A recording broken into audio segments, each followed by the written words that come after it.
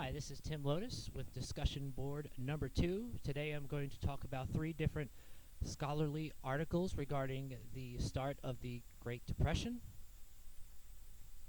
The first one was by Ben Bernanke, the former Fed chairman, and regardless of what you thought of his Fed chairmanship, he's certainly an expert on the Great Depression. He's written many scholarly articles and books about it and is considered one of the foremost voices on it, on its causes.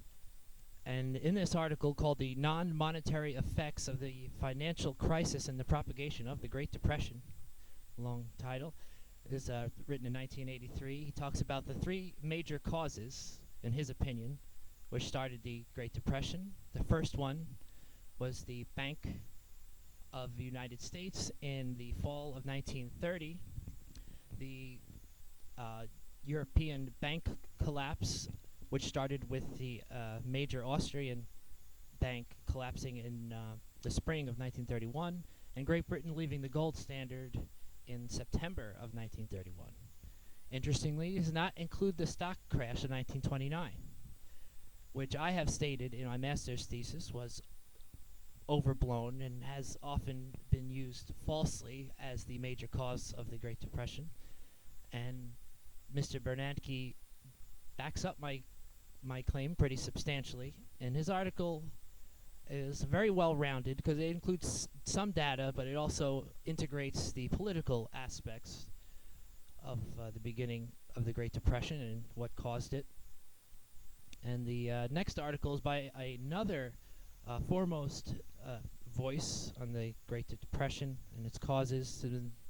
He's an economic historian and has written many scholarly articles about all different historical economic topics, including the early Great Depression. And in this article, it's called Lessons from the Present, Lessons for the Present from the Great Depression. It was written in the mid-1970s when the economy was in a serious downturn.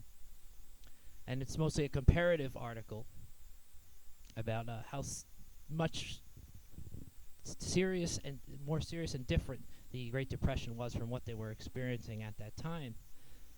But he also minimizes the stock crash of 1929 and gives evidence that leverage actually increased in 1930 and early 1931. And he argues that the pivotal event causing the Great Depression in this country was Great Britain leaving the gold standard, which caused the shockwaves all over the world.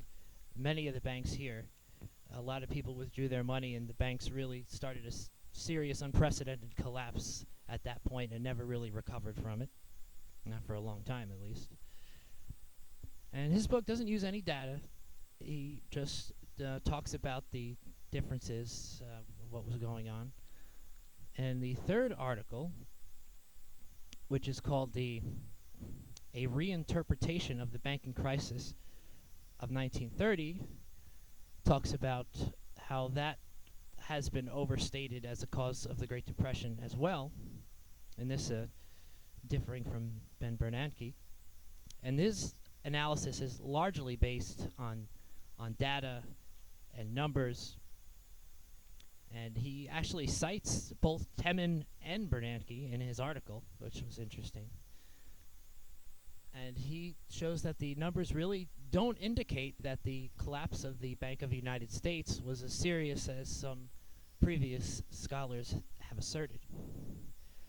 And what I want to emphasize before I close is how the same topic can be presented in so many different ways, and that is one of the great things about history. Is it's always historical events are always being seen through different lights. And history is not a static science. It's always changing, and